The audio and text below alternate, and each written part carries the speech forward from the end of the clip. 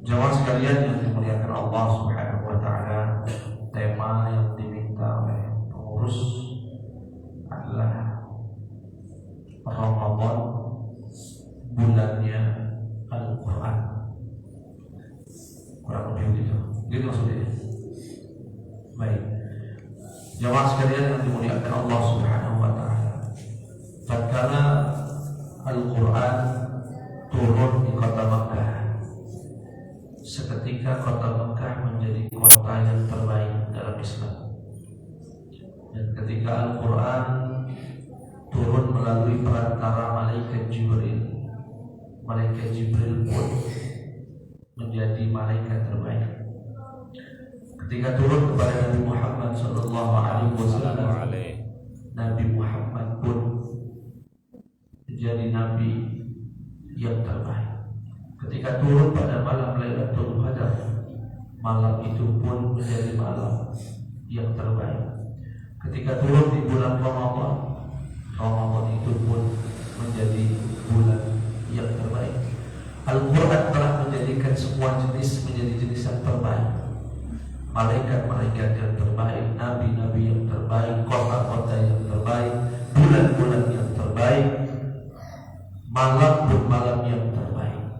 Maka jika Al-Quran itu ada di hati kita, insya Allah hati ini menjadi hati yang terbaik. Insya Allah. Membahas Al-Quran mungkin sangat banyak ya cabangnya.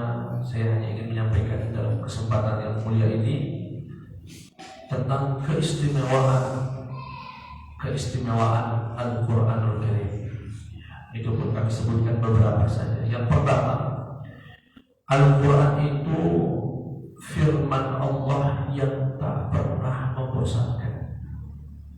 Sekali lagi, Al-Quran merupakan firman Allah yang tak pernah membosankan.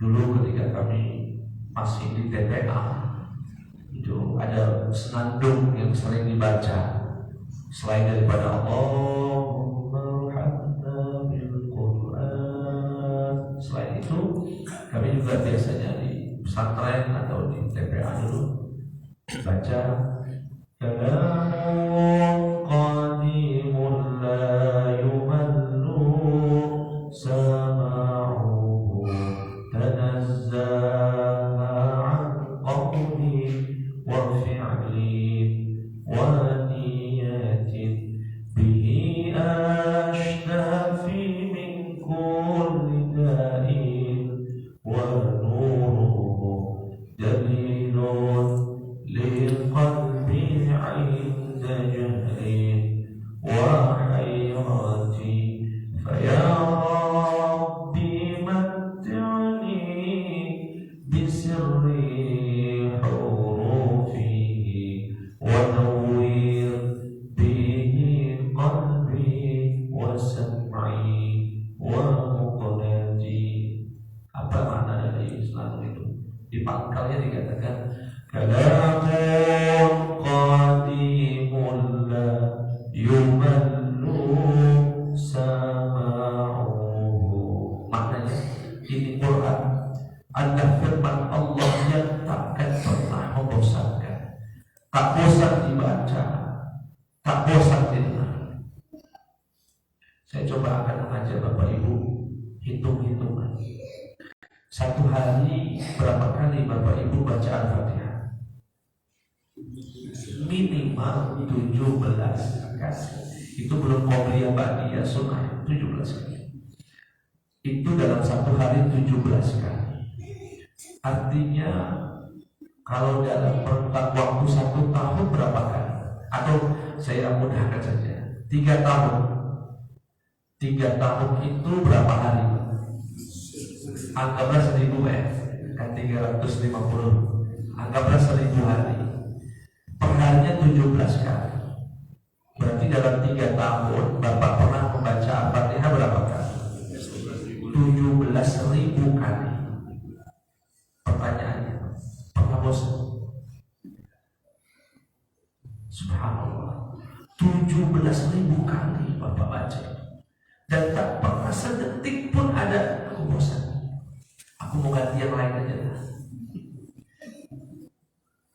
Kalau Bapak 10 tahun ya berapa kali? 17.000 tadi ya, itu 3 tahun. 10 tahun adalah 3 kali lipatnya. Berarti kurang lebih 51.000 kali Bapak pernah baca Al-Fatihah dan tak pernah sedetik pun batin ini mengatakan aku bosan. Padahal karakter manusia itu mudah bosan, Pak. Tapi Allah tidak ridho, Qur'annya termasuk yang dibosankan. Ajib, ini luar biasa sekali. Sekarang begini, Bapak punya lagu, pasti biasanya Bapak ini punya lagu kesukaan. Nyanyi lah Pak 17.000 kali. Enak Pak. Malah kalau kata Bapak itu luar biasa Quran. Itu yang baca loh Pak, belum dengarnya. Kita dengar itu baca, belum dengar imam. Subhanallah. Ada apa dalam Quran? Sampai manusia yang sifatnya mudah bosan, tak sanggup bosan untuk Al-Quran. Itu keistimewaan yang pertama dalam Al-Quran. Makanya kalau baca sejarah, Sayyidina Utsman menghatamkan Al-Quran dalam 2 rakaatnya. Kayak nggak masuk akal, Pak. Saya dulu ketika di pondok, bahkan beberapa tahun kemarin baru menghatamkan kitab tentang semangatnya para ulama dulu menghatamkan Quran.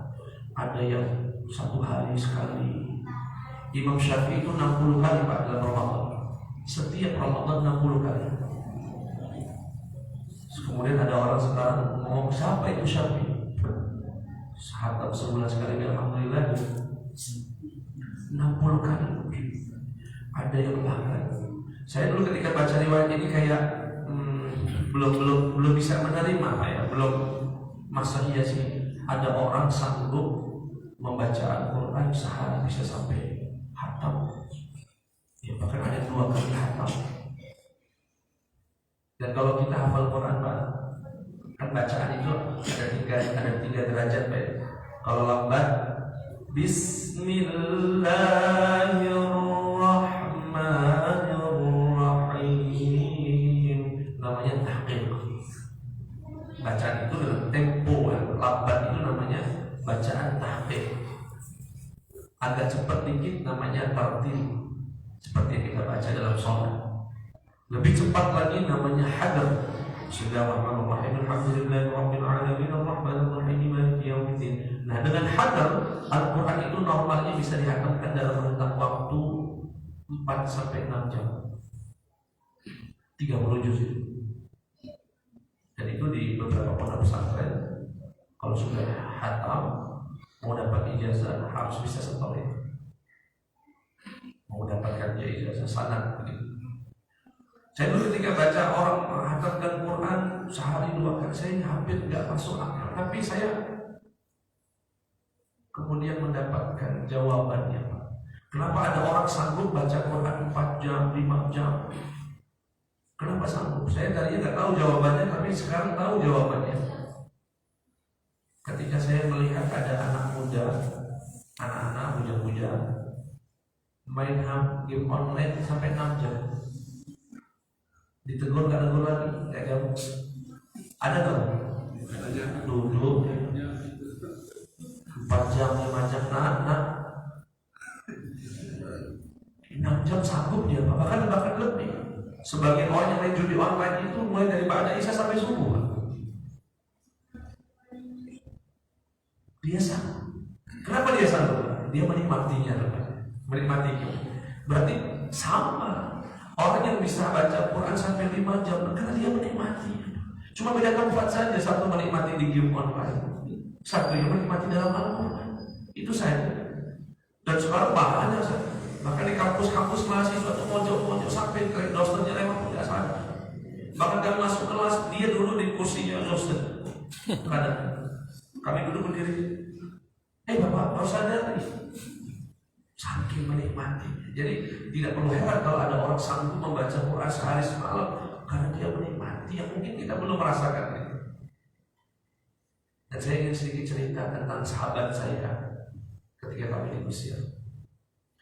Orang ini dari Mali, Pak, negara Mali, tapi asli negaranya Kongo, berangkat pakai paspor Mali.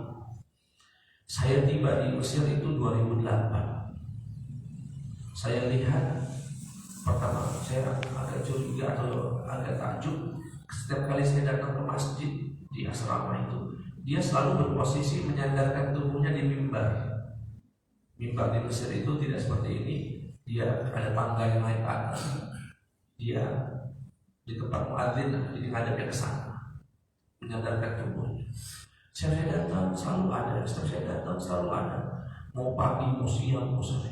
Saya pikir ini makannya apa orang ini dan sebagainya. Karena masih baru saya butuh semangat. Masih awal-awal saya masih butuh semangat. Akhirnya rasa penasaran saya itu pengen saya hilangkan dengan saya datangi dia. Akhirnya saya lihat waktu baca Quran. Ya kita juga alhamdulillah baca Quran itu lumayan banyak, Pak, tapi nggak sebanyak beliau ini. Kita biasanya jadwal itu antara maghrib dan isya. Nanti pada subuh sampai syuruk. Siang kalau tidak ada jam MK, nunggu dosen biasa kita baca Quran. Kalau ini enggak, ya pagi ya siang. Pokoknya berangkat jam berapa ke masjid ada dia lagi baca Quran. Kalau sudah baca begitu. Satu hari saya sampaikan ke dia. Sebelum saya sampaikan ke dia, suatu malam saya datang pengen murojaah juga. Datang malam kurang lebih jam 8:30. Saya dapati dia lagi berdiri, Pak. Lagi berdiri dan lagi sholat sunnah. Jadi sudah saya sengaja duduk di sebelahnya, saya murojaah. Setelah kurang lebih setengah jam, saya baru sadar beliau ini belum rukuk. Dari saya baca Quran belum.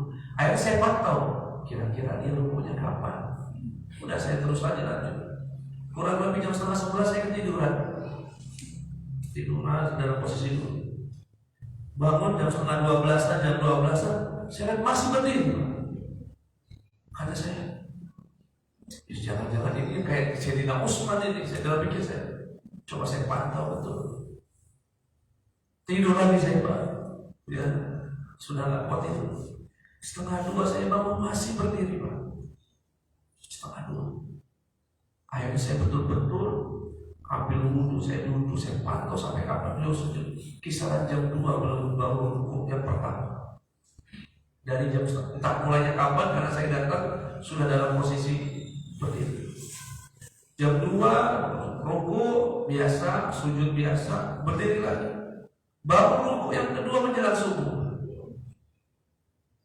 Saya ya Allah, setelah selepas sholat, saya langsung tanya, ayo, berapa juz yang aku baca? Kadang kalau lagi hafalnya bagus 30 juz. Dalam sekali berdiri, Pak, 2 rakaat sholat 30 juz. Cuma kalau lagi ada misalkan hafalannya agak kurang baik 25, 26, nanti saya lanjutkannya pada subuh. Saya tanya tiap hari, setiap hari. Allah. Makanya saya panggil teman saya waktu itu, orang-orang Medan. Ini ada orang luar biasa di masjid. Akhirnya beliau menulis artikel, teman saya menulis artikel, Pak. Judulnya Manusia Langit Abad 20. Manusia Langit Abad. Bapak kalau ngeklik sekarang di Google, tulisan itu masih ada di Google. Itu cerita tentang sahabat saya ini. Siapa yang dimaksud manusia langit? Singkat cerita, saya merasa iri dan saya merasa jauh sekali. Saya kira saya udah paling keren lah waktu itu. Akhirnya saya ngomong, boleh nggak saya minta waktunya sekali aja, semalam aja pengen ngobrol, pengen ngambil motivasi. Singkat cerita, kata dia, boleh nanti temui saya jam 1 di teras masjid. Saya jam 1 keluar. Saya lihat dia sudah tunggu saya. Akhirnya cerita, saya tanya mulai dari mana dia. Singkat cerita, apa yang dia katakan, dia ini aslinya tadi Kongo, berangkat Mali. Saya tanya kenapa kok pakai paspor Mali, kan aslinya. Jadi beliau ini mu'allaf, lahir dan besar di keluarga pastor. Suatu hari di umur remajanya, dia itu mendengar radio yang disetel oleh orang Muslim, bacaan Quran ulama Mesir. Syekh Abdul Somad Abdul Basit, sangat terkenal di Mesir, kayak Muammarnya kita. Ketika dia dengar, katanya kok indah sekali, ini apa, bacaan apa? Ditanya sama pemilik radio, ini apa? Oh ini Quran. Quran itu apa? Kitab suci kami. Setelah itu dia ngebanting ya, untuk pindah agama. Dan dalam hatinya, ya mungkin ada beberapa kejadian setelahnya, cuma yang disampaikan ke kami. Setelah itu saya membatin, pokoknya saya pengen ke negeri ulama ini yang baca Quran, saya pengen belajar Quran. Ketahuan Pak dia masuk Islam, diusir oleh keluarganya, berkali-kali usaha buat paspor dari Kongo nggak pernah dapat. Ya, karena memang keluarganya keluarga besar di kepasturan di sana. Akhirnya kabur Pak, lewat hutan ke negara lain, masuk ke Mali. Ya kalau di sana kan negara itu Cakito sama Palembang Bengkulu lah mereka. Kabur. Dan akhirnya pindah ke warga negara, menjadi orang Mali dan berangkat pakai paspor Mali. Setibanya di Mesir, targetnya pokoknya saya pengen hafal Quran dan hafal Quran dalam rentang waktu 1 tahun. Dia menghafal Quran. Dan setelah itu hidup saya hanya pengen untuk Quran saja. Saya tanya, apa keinginan terakhir atau keinginanmu? Saya pengen orang tua saya masuk Islam juga. Itu cita-cita dia. Tapi ada kabar yang menyedihkan. Setelah 2 minggu dari ngobrol sama saya, meninggal dunia. Beliau meninggal setelah azan. Jadi asyhadu anna Muhammadar Rasulullah, jatuh. Kami bawa ke rumah sakit, sempat dirawat 1 malam. Dan besoknya meninggal. Orang tuanya nggak tahu kalau dia di Mesir. Saya ketinggal. Dan ini dilihat mata kepala saya sendiri dan saya kenal sendiri.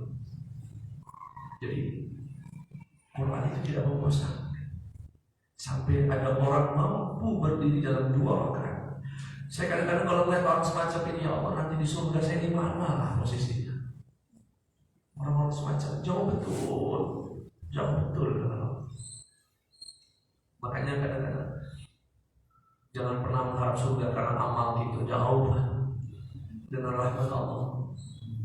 Ada keinginan kuat pengen deket Nabi, pengen bisa sama orang di surga itu karena wa adkhilnal jannata ma'al abrar, masukkan kami di surga bersama orang-orang baik ya Allah.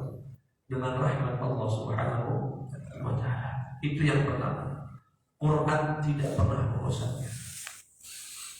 Tetapi hati-hati, kadang-kadang atau ada satu nasihat yang mengatakan, yang kita khawatirkan bukanlah kita yang tak mau membaca Al-Quran atau tidak menyempatkan baca Al-Quran. Yang dikhawatirkan Quran yang tak mau dibaca kita. Saking lamanya ditinggalkan. Rupanya selama ini Quran tertinggal itu karena Quran tak mau dibaca kita. Mungkin ada kotor di hati kita. Padahal Quran ada di rumah itu ada. Mungkin gak 1, bisa 2, bisa 3, tetapi sebulan belum tentu bisa kita pegang. Ada yang sampai bertahun-tahun tidak pegang. Itu yang kita paling takut. Kalau Quran tidak galak dibaca kita. Itu yang pertama. Quran itu kalamun qadimun la yumallu sam'ahu. Firman Allah yang tak pernah membosankan. Dan saya sudah coba aja hitung Bapak itu saya yakin sudah 10 tahun sholat. Itu artinya Bapak sudah 51.000 kali membaca. Tetapi tak pernah ada ruang bosan di hati. Karena dahsyat sekali Al-Quran itu. Yang kedua, ya, tentang Al-Quran juga. Saya tidak menyampaikan yang umum-umum ya, mungkin saya sebut dengan keistimewaan Al-Quran.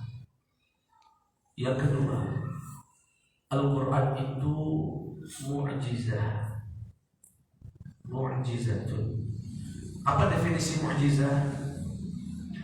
Mu'jizah itu sesuatu yang sangat luar biasa, muncul pada seorang nabi untuk menjadi bukti atas kebenaran kenabiannya. Saya ulangi lagi Pak ya. Jadi di Islam itu kan sesuatu yang luar biasa ada macam-macam Pak. Sesuatu yang sangat luar biasa Itu ada beberapa, ada 6 macamnya. Irhas, mu'jizah, karomah, ma'unah, ihana, sihir. Irhas sesuatu yang luar biasa, ya, bukan luar akal, ya. Dia masih logis, tapi di luar kebiasaan, muncul pada seorang nabi sebelum nabi menjadi nabi. Itu namanya irhas. Nabi pernah dibelah dadanya, Nabi dinaungi awan kemanapun dia pergi. Itu semua namanya irhas, karena terjadi sebelum Nabi menjadi Nabi. Sejak kecil sudah terjadi. Itu namanya apa? Irhas. Kalau bentuk pluralnya, bentuk jamaknya irhas.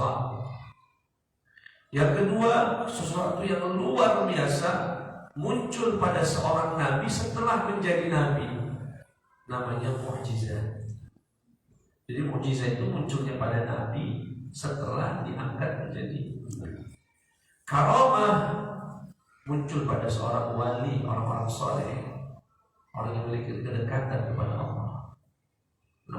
Ma'unah, muncul sesuatu yang luar biasa, muncul pada orang-orang biasa seperti kita. Contohnya punya rumah gak kebakar, padahal yang hanya kebakar galon. Padahal dia biasa main. Bisa jadi itu kan ma'unah dari Allah Subhanahu. Yang kelima, ihana. Ihana ini muncul pada nabi palsu. Sesuatu yang luar biasa, Pak, muncul pada nabi palsu. Cuma bedanya, keluar biasa itu tidak sesuai dengan instruksi nabinya, nabi palsunya. Kalau kata nabi, berubahlah kamu jadi ular, atau jadi kucing dia. Aku ini nabi, kata nabi palsu. Apa bukti kenabianmu? Aku punya mukjizat. Buktikan. Dia tidak berubah jadi kucing. Begitu kucing jadi kambing dia, Pak. Itu namanya ihana.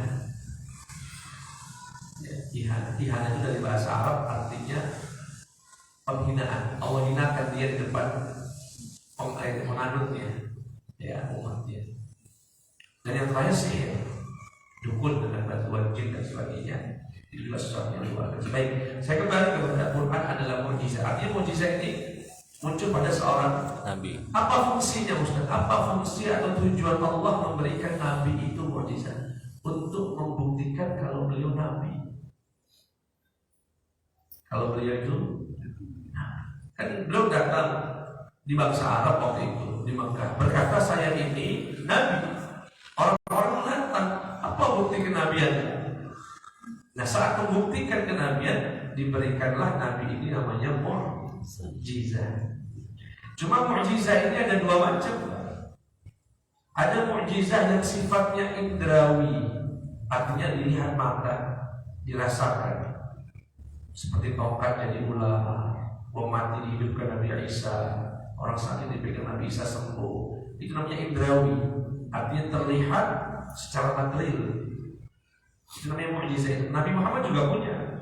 Air keluar dari jarinya, makanan menjadi banyak, pohon kata Nabi suruh datang, berbicara dengan gunung Uhud, berbicara dengan bebatuan di kota Mekah. Itu namanya indrawi. Yang kedua, mukjizat yang kedua bersifat akli, rasio. Dia tidak. Dan itu adalah Al-Qur'anul Karim. Itu adalah Al-Qur'anul. Apa bedanya mukjizat hissi sama indrawi? Indrawi atau hissi dari dengan yang bersifat akli, akal. Yang indrawi itu sifatnya temporer. Artinya dia menjadi mukjizat bagi yang menyaksikan saja, yang tidak menyaksikan dia bukan mukjizat. Misalnya ada seorang nabi mengatakan, ini tongkat saya ubah jadi ular. Iya. Siapa yang mengatakan itu mukjizat, Pak? Yang lihat. Yang di ujung sana, atau yang lahir setelah 100 tahun ke depan, ketika diceritakan dulu Nabi Musa bisa mengubah tongkat jadi ular. Dia boleh percaya, boleh enggak. Namanya juga informasi. Namun karena itu informasi dari Quran, kita wajib percaya. Andai kan itu hanya informasi biasa, ya namanya informasi, bisa benar. Nah, tetapi kalau mukjizat yang bersifat akli itu sifatnya tidak temporer, tidak limited. Dia akan berkesinambungan selama orang masih punya akal. Selama itu juga mukjizat ini menjadi mukjizat dalam bagi dia. Dan ini rahasianya Pak, kenapa nabi-nabi terdahulu tidak diberikan akli, hanya diberikan hissi. Karena nabi-nabi terdahulu sifatnya temporer. Begitu meninggal ya sudah, nggak punya umat lagi, tidak berlaku lagi risalahnya. Sedangkan Nabi Muhammad ini umat nabi yang akan diutus sepanjang zaman. Kalau mukjizat beliau hanya bersifat indrawi, yang wajib percaya nabi ya cuma orang yang hidup di zaman nabi saja. Cuma karena Nabi Muhammad SAW akan menjadi nabi sepanjang zaman, beliau harus memiliki bukti kebenaran itu yang bersifat juga ya abadi sampai hari kiamat. Itulah Al-Quran. Kira-kira jelas teh. Aku yang nggak takut juga di situ. Yang baru ini mungkin ada ilmiah dikit ya, dijelaskan ada isi. Ada baik. Sekarang yang paling penting adalah sekarang kita punya Al-Quran, dan Al-Quran ini katanya mukjizat, dan mukjizat itu tugasnya, fungsinya menjadi alat bukti kebenaran. Artinya kalau kita berdebat atau berdiskusi dengan orang non-Muslim, dia bertanya apa bukti kebenaran Islam, kita akan katakan Al-Quran. Bagaimana cara membuktikannya? Nah, ini ingin saya sampaikan Pak, ini ingin saya ajarkan, mungkin agak sedikit ilmiah, jadi mohon agak konsentrasi dikit. Dan ini saya buktikan Pak. Teori yang akan saya jelaskan ini saya praktekkan betul dengan teman saya dulu. Saya ketika S3 di Sudan itu satu kamar dengan orang Australia. Dan orang Australia ini saya tidak sadar Pak kalau beliau bisa kira Muslim. Rupanya ateis, ya tidak percaya Tuhan. Jadi malam itu ketika kami diskusi, saya kira dia Muslim. Dia bertanya, "Itu kamu Muslim kan?" "Iya Muslim." "Apa yang membuat kamu yakin kalau Islam itu benar?" Saya agak curiga, ada apa? Akhirnya saya ladeni saat itu ngobrol santai.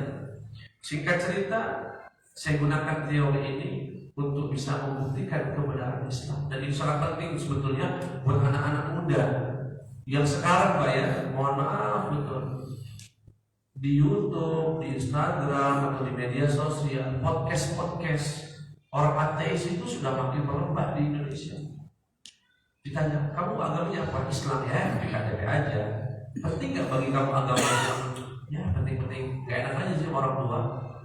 Sudah begitu Pak bahasa anak muda sekarang. Kalau di zaman kita mungkin sudah nggak mungkin lah kalimat jarang. Tapi anak muda sekarang gimana? Menurut kamu agama yang kamu yakini? Saya juga lagi mengembara sekarang ini. Saya lagi baca-baca juga kalau agama Buddha. Saya kira menarik juga Buddha ini. Hindu, saya kira hampir sama semua agama itu mengajarkan kebenaran semua. Macam-macam gitu bahkan. Pokoknya kalimat yang saya merintih kalau kita melihat dengan kacamata iman, kok kemana orang tuanya sampai anaknya lepas begitu? Mana ulama yang kemudian mendorong dia? Dan itu dengan bangga mereka mengatakan. Terakhir yang saya dengar seorang ateis mengatakan, saya sudah belajar Islam. Keturunan saya orang Islam, bahkan saya ini agamis keluarga saya, dan saya sudah coba juga masuk ke Kristen, ke Katolik. Pada akhirnya saya putuskan rupanya agama itu tidak terlalu penting dalam hidup ini. Saya bisa hidup sendiri tanpa Tuhan. Bangga sekali. Saya kaget itu bisa keluar dan ditayangkan. Ya meski dia tidak ditayangkan di TV karena di TV ada kode etiknya. Di media sosial siapa saja bisa masuk. Dan kalau anak kita baca yang begitu gimana? Dia lihat, mungkin ada ketertarikan. Nah, cara ini akan saya ada salah satu cara terbaik untuk membuktikan kebenaran Islam. Saya gunakan Al-Quran sebagai alat kebenaran. Pertama, saat kita diskusi sama orang yang belum yakin Islam itu benar, yang harus kita lakukan adalah mendefinisikan kebenaran. Kan Islam, saya ngaku benar, kita ngaku benar ya. Wong Kristen juga ngaku, Hindu juga demikian. Saat kita berdialog, sebelum kita debat panjang, diskusi panjang, apa itu definisi kebenaran? Apa makna benar itu apa? Kamu ngaku benar, saya ngaku benar. Lalu definisi benar itu apa? Kalau mereka tidak punya definisi benar, kita punya definisi benar. Benar itu menurut Al-Imam Zakaria Al-Ansari adalah kesesuaian ucapan dengan kenyataan atau dengan fakta. Itu namanya kebenaran. Kesesuaian antara ucapan dengan fakta. Saya katakan begini, ini mobil benar apa salah? Yakin saya salah. Kenapa salah? Clear alasannya. Karena tidak ada kesesuaian antara ucapan saya dengan fakta di lapangan. Ini Masjid Agung Palembang. Salah. Dan Bapak yakin saya salah karena standarnya sangat simpel. Tidak adanya kesesuaian antara ucapan dengan fakta. Tapi saya katakan ini Masjid Nurus Salam. Betul apa salah Pak? Yakin Pak? Kenapa Bapak berani membenarkan saya? Karena ada kesesuaian antara ucapan dengan kenyataan. Peci saya berwarna putih. Ada yang bisa menyandal saya Pak? Tidak ada. Kenapa? Karena ada kesesuaian antara ucapan dengan fakta di lapangan. Ini jam tangan. Ada satu orang pun yang bisa membantah saya. Tidak ada. Kenapa? Karena sesuai antara ucapan dengan. Sekarang Al-Quran, Injil, Taurat dan kitab-kitab mereka, Weda dan sebagainya, itu semua isi ucapan semua itu, kalimat semua. Artinya apa? Kalau Al-Quran sesuai dengan kenyataan, benarnya. Kalau tidak sesuai berarti Quran salah alias bohong. Sekarang kita buktikan apakah yang di Quran itu sesuai kenyataan atau dia tidak sesuai. Tapi konsekuensinya kalau dia sesuai, Anda harus akui Quran itu benar. Itu yang saya sampaikan kepada teman saya orang ateis. Tapi kalau Al-Quran terbukti tidak sesuai fakta, saya siap meninggalkan Quran. Anda siap? Harus ada konsekuensinya di alam malam itu. Baik, saya sebutkan. Dan menariknya Pak, luar biasa ini mungkin kamu. Teman saya ateis ini keturunannya Arab.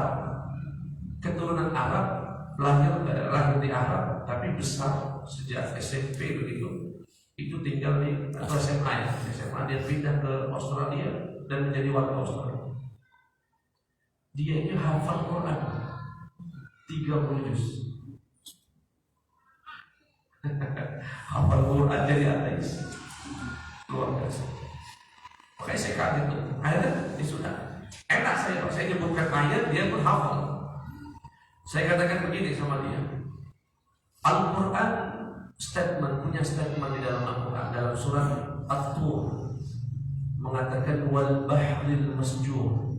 Wal bahril masjur. Allah bersumpah bahwasanya di bumi ini ada lautan yang di bawahnya ada api yang menyala.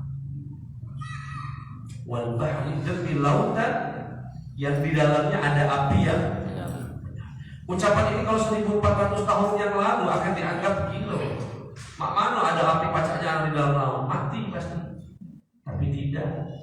Ilmuwan sekarang menemukan adanya api yang menyala sampai hari ini belum mati. Di mana itu? Di pinggiran laut Miami, benua Amerika. Atau Bapak mungkin 2 tahun 3 tahun yang lalu dapat informasi di Meksiko, ya di lautannya terjadi kebakaran laut. Sampai di berita tagline di beritanya ada terjadi kebakaran laut yang sampai membutuhkan kapal menyemprotkan zat khusus untuk bisa memadamkan api. Pertanyaannya, api pernah nggak berenang sampai sana? Kemudian kok ada api di laut? Kemudian mengatakan wal bahril masjur. Sesuai dengan itu, sesuai dengan kenyataan. Mungkin kebetulan ini, oke, nggak apa-apa. Kita pakai ayat yang lain. Saya sebutkan begitu. Saya tidak mungkin Anda yakin dulu. Saya bacakan ayat yang lain. Ya. Disebutkan di dalam Al-Quran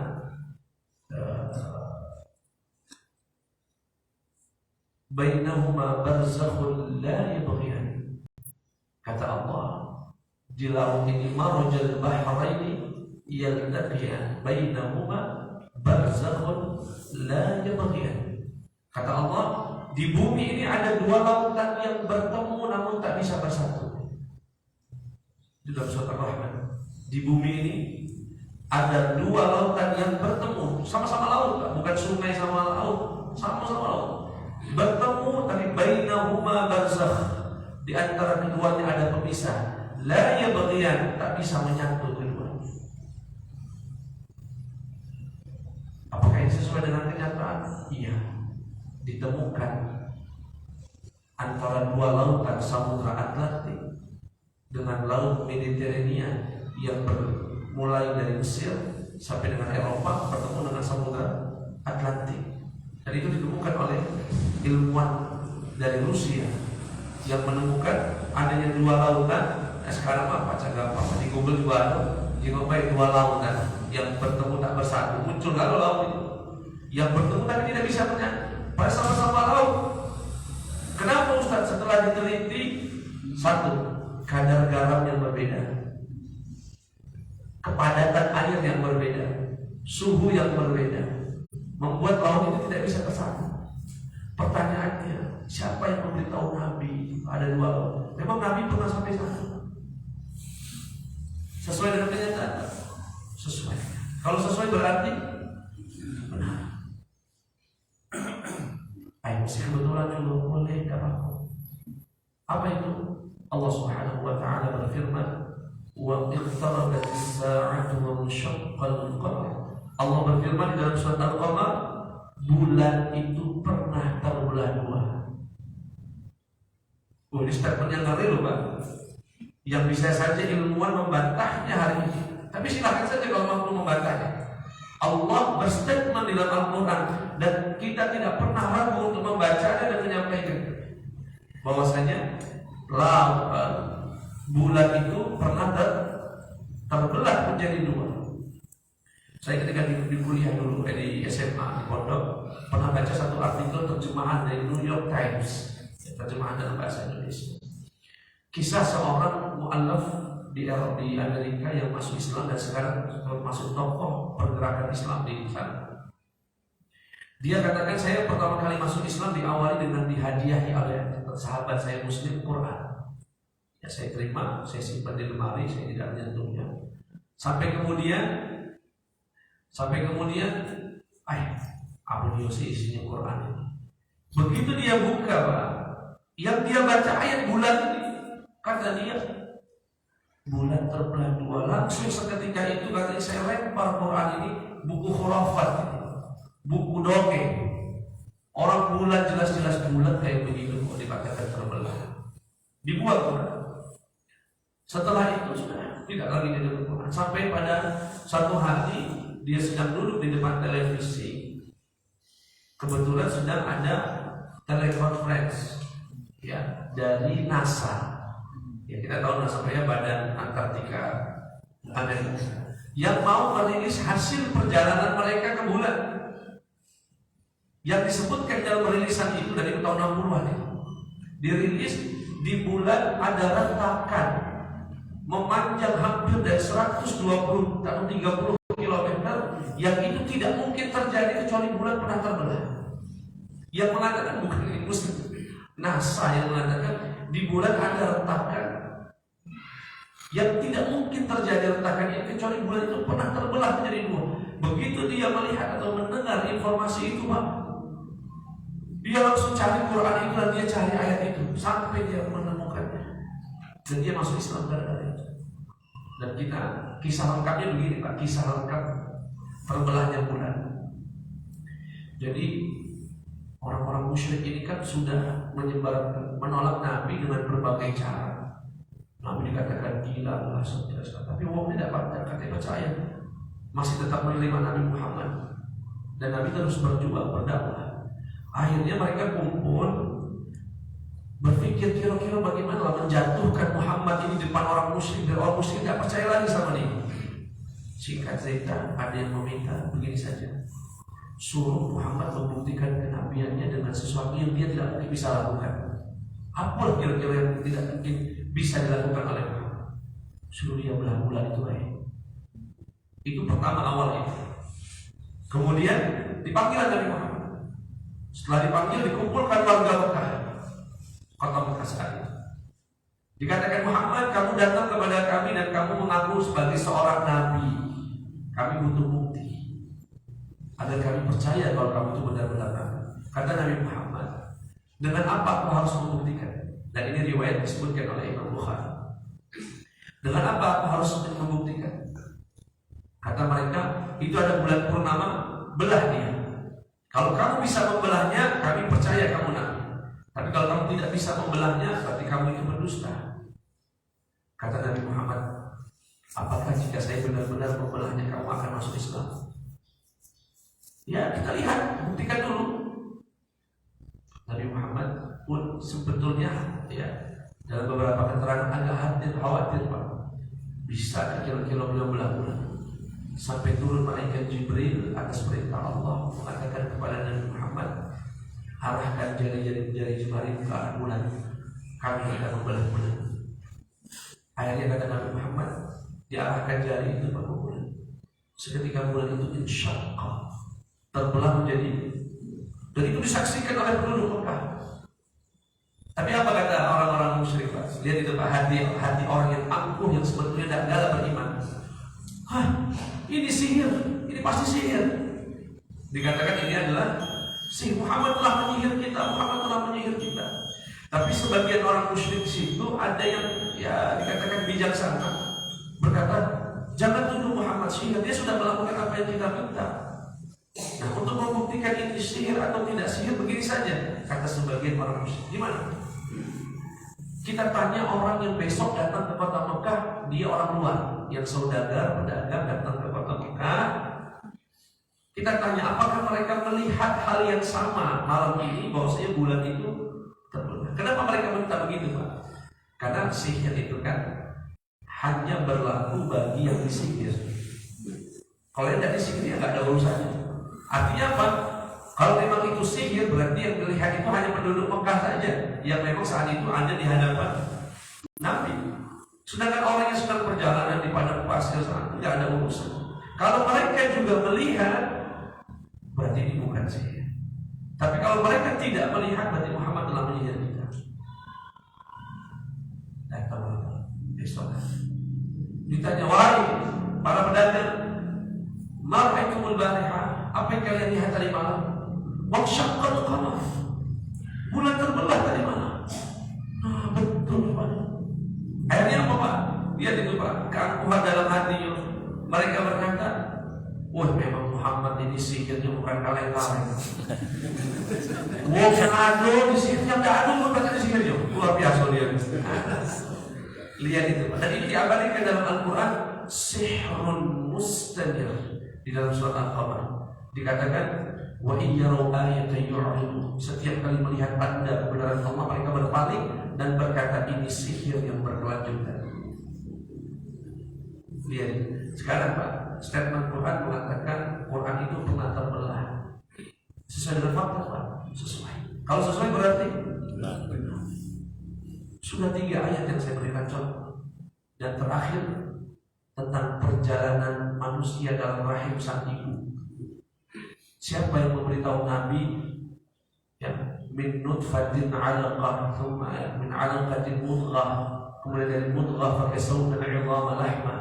Kata Allah dibuat dari sperma masuk ke dalam tubuh menjadi gumpalan darah, kemudian menjadi gumpalan daging, kemudian dimasukkan tulang, kemudian berikan satu dokter saja yang bisa membantah perjalanan manusia seperti itu.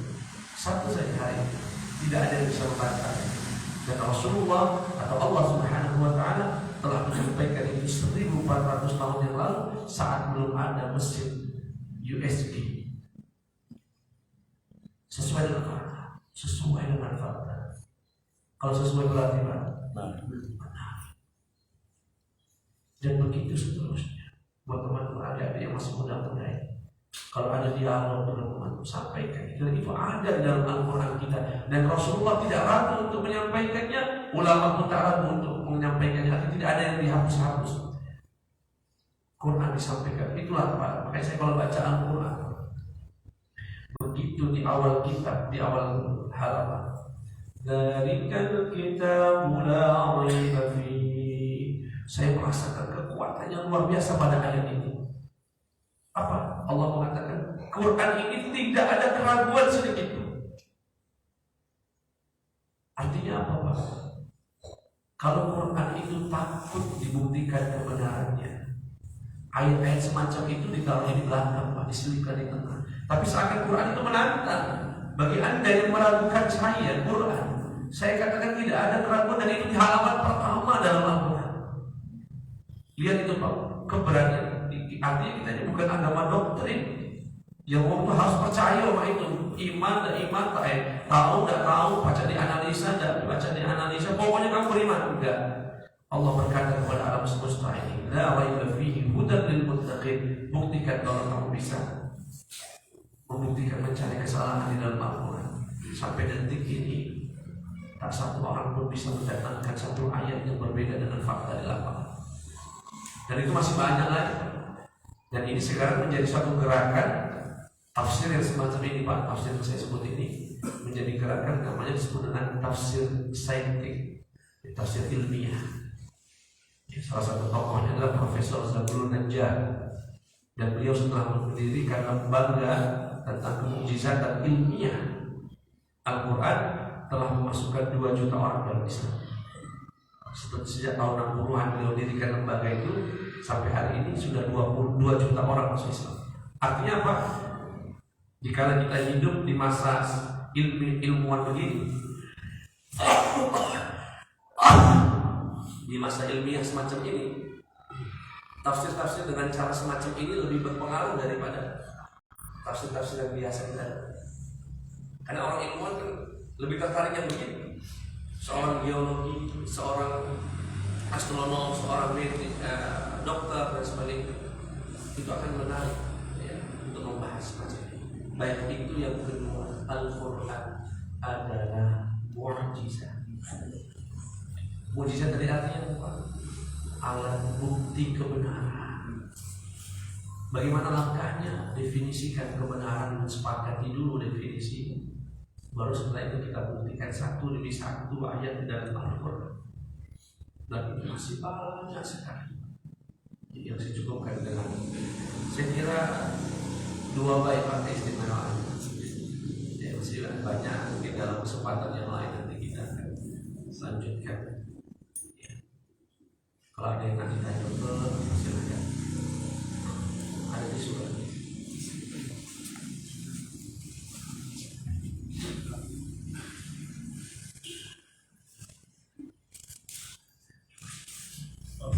Ya, Pak, seperti Bapak sampaikan tadi salah. Kalau saya tangkap tentang jaminan Allah, Al-Quran itu sampai hasil. Nah, yang saya tanyakan bagaimana pendapat Ustaz? Ada beberapa orang yang paham tentang agama, yang sanggup mengatakan bahwa ada Al-Quran itu tak bisa dipakai lagi di zaman kamu.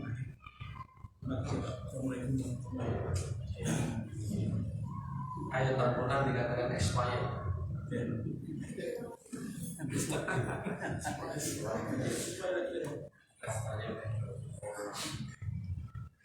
Begini Pak, saya punya guru atau punya ulama panutan saya dan karya-karya saya baca, namanya Profesor Dr. Muhammad Sa'id Ramadan Al-Muqi, sudah meninggal, ulama asal Syria. Itu termasuk yang banyak mempengaruhi pola pikir saya. Ketika beliau diundang ke Eropa berdiskusi tentang Al-Quran, berdialog, saat itu lawan dialognya adalah seorang muslim, tapi mewakili pemikiran liberal di barat sana. Kata, termasuk pendapat ini yang didebatkan masalahnya. Kata dia, Quran ini kan produk budaya. Itu kalimat kuncinya Pak. Jadi mereka menganggap Quran itu diturunkan Allah untuk menyelesaikan kasus yang ada di Arab saat itu. Artinya sifatnya limited, sifatnya temporer, sifatnya kasuistik, artinya hanya berlaku di Arab. Sedangkan dunia itu sudah berubah. Dunia itu sudah tidak seperti kampung Arab saat itu. Nah, Al-Quran yang diturunkan untuk menyelesaikan kasus-kasus yang ada di Arab saat itu sudah tidak bisa lagi dipakai di hari ini. Karena dunia sudah berubah, apalagi sekarang dunia teknologi. Jadi menurut dia, Quran perlu ada rekonstruksi ulang. Perlu ada, karena dia dianggap produk budaya, produk yang berlaku pada zamannya. Sekarang, kata dia begini, kata Syekh Al-Buti, saya pengen bertanya, yang kamu maksud expired itu Qurannya atau tafsir Quran? Jika yang kamu maksud tafsirnya, saya setuju. Banyak tafsiran yang perlu diupdate.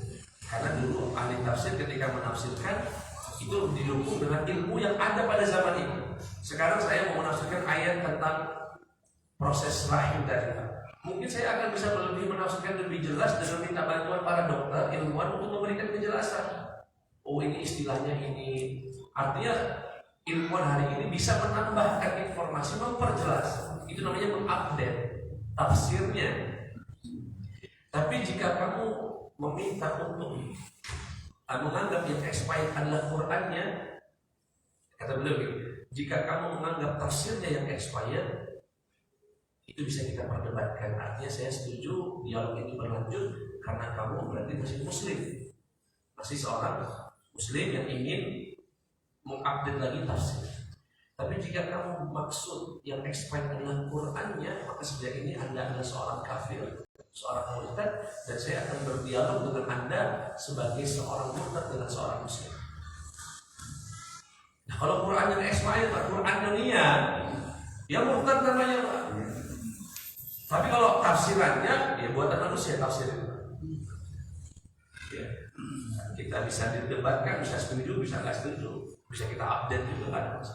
Nah, jika yang dimaksud adalah Qurannya, saya pastikan dia kafir hari murtad. Tapi kalau dia tidak, ya di tafsirannya kita bisa berdialog. Nah, jadi kalau ada orang mengatakan Quran itu apa namanya expired dan dia maksudkan adalah Qurannya betul, maka dia secara otomatis menjadi seorang murtad. Nauzubillah ini. Biasanya yang menjadi motivasi dia berkata begitu begini, Pak. Ada ayat-ayat yang tidak berlaku lagi, dan dia tidak bisa membedakan antara tidak berlaku dengan expired. Expired itu kan sudah nggak, buang saja. Kalau tidak berlaku itu, kalau bahasa ayah kami, tak berguna atau tak berlaku menanti laku, tak berguna menanti guna. Maksudnya apa? Ada ayat-ayat tentang perbudakan di Quran. Perbudakan di mana kalau bersetubuh dengan istrinya di setiap hari Ramadan dia harus wajib memerdekakan budak. Sekarang budak kan udah kate. Kecuali budak Palembang. Yang aku maksud budak yang belum merdeka istilahnya. Saya kira di dunia bahkan PBB sudah menghapus sistem perbudakan. Nah, apakah Al-Quran ini kemudian expired karena perbudakan tidak ada lagi? Oh enggak, nanti dulu. Bumi ini terus berjalan. Kita nggak pernah tahu 1000 tahun yang akan datang atau 100 tahun yang akan datang, bisa jadi sistem itu akan kembali berlaku. Akhirnya apa? Quran kembali berlaku. Dan Quran sudah punya aturannya. Dan dunia ini kan begitu, Pak. Tadinya tidak ada perbudakan, kemudian ada perbudakan, kemudian tidak ada lagi. Namanya dunia terus berjalan. Artinya Quran ini bukan tidak laku ayat, tapi masih berlaku. Dan yang kedua, dan ini yang menjadi jawaban untuk kita, Pak, menjadi jawaban paling kuat menurut saya untuk orang yang mengatakan Quran itu produk budaya, yaitu produk ayat yang diturunkan untuk menyelesaikan kasus-kasus yang hanya ada pada. Beginilah ini caranya, mohon bisa dicermati. Ciri bahwasanya Quran itu tidak hanya Allah inginkan untuk orang Arab, melainkan berlaku juga untuk siapapun, adalah ketika ayat itu berbunyi umum padahal kasusnya khusus. Saya ulangi lagi, kasusnya khusus, tapi bunyi ayatnya umum. Itu menunjukkan Allah ingin memberlakukan Quran ini tidak hanya kepada si pelaku kasus itu, tetapi kepada siapa? Contoh, Pak. Datang seorang perempuan berkata kepada Rasulullah, ya Rasulullah, suami saya ini kalau mau bersetubuh dengan saya ngomong begini, istriku, punggungmu kok mirip punggung ibuku. Itu budaya orang Arab dulu, Pak. Jadi kalau dia mau mencerai istrinya, nggak berani mengatakan kamu saya cerai, itu cukup berkata, wahai istriku, punggungmu seperti punggung ibuku. Itu namanya dalam fikih disebut dengan liha. وَالَّذِينَ يُظَاهِرُونَ مِنكُم مِّن نِّسَائِهِم مَّا هُنَّ أُمَّهَاتِهِمْ إِنْ أُمَّهَاتُهُمْ وَاللَّائِي وَلَدْنَهُمْ. Jadi begitu, Pak. Ngadu perempuan ini, ya Rasulullah, suamiku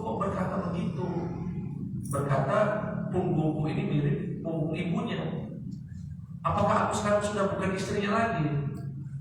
Artinya kasus ini terjadi pada seorang perempuan namanya Khawlah. Perempuan ini namanya Khawlah. Ayatnya turun dalam surat Al-Mujadalah. Bunyinya apa? Orang-orang yang melihat istri-istrinya. Lihat itu Pak, redasinya umum nggak Pak? Orang-orang yang melihat istrinya, maka kafaratnya adalah memerdekakan. Kalau Allah Subhanahu wa Ta'ala hanya ingin memberlakukan ayat itu buat si Khawlah, ayatnya bunyinya, wahai suami Khawlah yang telah melihat Khawlah atau istrinya, maka kamu clear itu ayat untuk kasus tertentu berlaku hanya untuk dia. Bapak pencurian Pak, pencurian itu terjadi atas seorang perempuan namanya Imro'ah Makhzumiyah.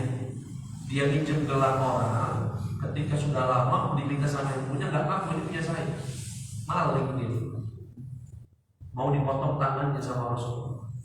Lihat ayatnya Pak, laki-laki yang mencuri dan perempuan yang mencuri, potong tangannya. Kalau memang ayat itu hanya Allah ingin berlakukan buat si kasus ini, yang artinya hanya produk budaya setempat, bunyi ayatnya, wahai perempuan Makhzumiyah yang mencuri, potong saja tangan dia. Artinya ayat ini hanya kasuistik saja, hanya untuk dia saja. Tapi Allah bunyinya apa? Siapapun yang mencuri, laki-laki ataupun perempuan, potong tangannya. Sehingga ayat ini masih berlaku sampai hari kiamat. Itu. Jadi saya punya guru Pak namanya Ahmad Fadil Ad-Dimashqi. Beliau ini orang Syria juga, yang khusus membantah tafsiran liberal. Beliau punya 6 buku, kitab 6 jilid, membantah seluruh tafsir orang liberal. Saya tanya Syekh, dari pengalaman Bapak Ustaz Syekh membantah, mendialog orang-orang ateis, orang-orang, apa sih kuncinya menjawab kalau Quran itu bukan produk budaya atau dikatakan expired? Kata dia, dengan Allah menurunkan ayat beredaksi umum untuk kasus yang bersifat khusus, menunjukkan Allah menginginkan Quran ini berlaku sampai hari kiamat.